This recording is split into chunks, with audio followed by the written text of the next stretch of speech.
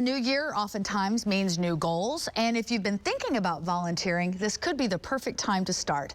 Eileen Bradshaw with Life Senior Services joins us this morning. Welcome and Happy New Year. Happy New Year, Leanne. Let's talk a little bit about volunteering. What does volunteering do for a person? Well, we know volunteering helps the community, but volunteering helps us. I was telling you that the London School of Economics did a study, and volunteering really increases your happiness. And in their study, they quantified it, and volunteering once a month can increase your happiness as much as increasing your income from $20,000 to $75,000 a year. So I mean, it's got a real measurable impact on us as volunteers. Isn't that something? We oftentimes hear of people who have worked their entire lives, they hit the retirement age, they leave, and then they become ill, some even pass away and never get to enjoy the golden years. And that is heartbreaking, right? We all are looking towards retirement as a time when we get to fulfill our passions, but sometimes people take a break and they never get off that break. So it's important to stay engaged, and volunteering is a wonderful way to do it. So as people are watching, let's talk a little bit about some of the things. I just wrote down a few things and wanted you to kind of hit on these, so we'll put them on the full screen. If a person, you know, how do you make that decision? This is what I want to do in my volunteering.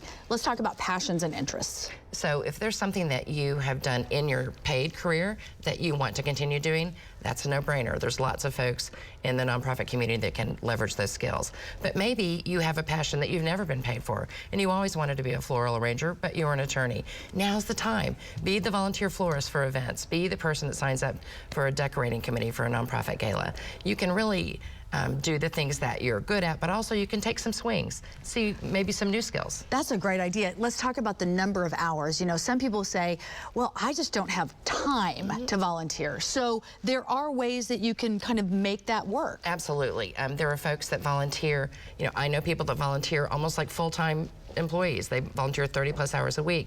But there are jobs at our organization, I know many others, where you can do like 5 hours a month. And some folks watching may not be as mobile, and they may think, well, I can't volunteer because I can't go to the organization. Right. Many nonprofits have things you can do from home. Really? On the computer or making phone calls. During the pandemic, we had people calling seniors who were homebound, and sometimes it was a homebound senior calling a homebound senior, just checking in. And that made a huge difference. Big connection there. The last thing I wanted to mention, we'll show that full screen again. Your passion obviously is important, your interest, number of hours, necessary skills. You know, I'm like so worried that I want to do this, but I don't know how to do that. Will they help me? Absolutely. And we get calls all the time from people saying, I don't like computers and I don't want to do computers. There's plenty of things that don't involve a computer that you can volunteer. If you like computers, there's plenty of that too. So we all have skills that we can share. Nobody is unqualified to volunteer. It's just finding the right opportunity and the right schedule for you. And plugging people in is so important. Let's at your organization, I mean, you are connected to a lot of different agencies, right? We are. We have a process where you can call and we can talk like you and I have today, and then we can give you a little bit of a menu of organizations that you might think about volunteering at.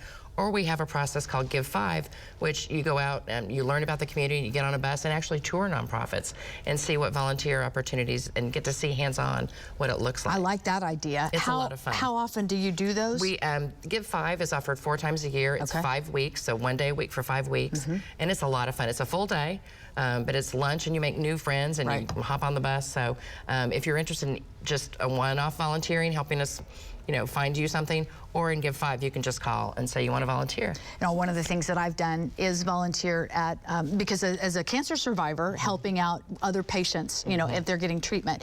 And what I found, and I would suspect this is what you hear, is when you volunteer, you get really a lot more out of it than what you're probably giving. It's amazing, right? And you surround yourself.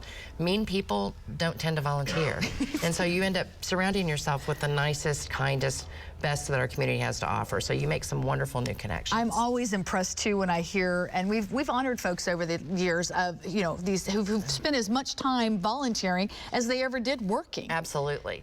And there is some data that, you know, volunteering promotes longevity and brain health. So it's not an accident when you see that somebody's been volunteering for 35 years and they seem super sharp at age 95. It's all a part of the same puzzle. Great. If you'd like more information, they can contact you, lifeseniorservices.org. They have access and they can put you in the volunteer database and get you out and involved to keep active. Great to see you. Thank you for your help today. Appreciate it. 9:18 is our time. Brides and grooms are getting the chance to find out what they need for their big day. After the break, we'll take you live to this year's Tulsa Wedding Show. Stay with us.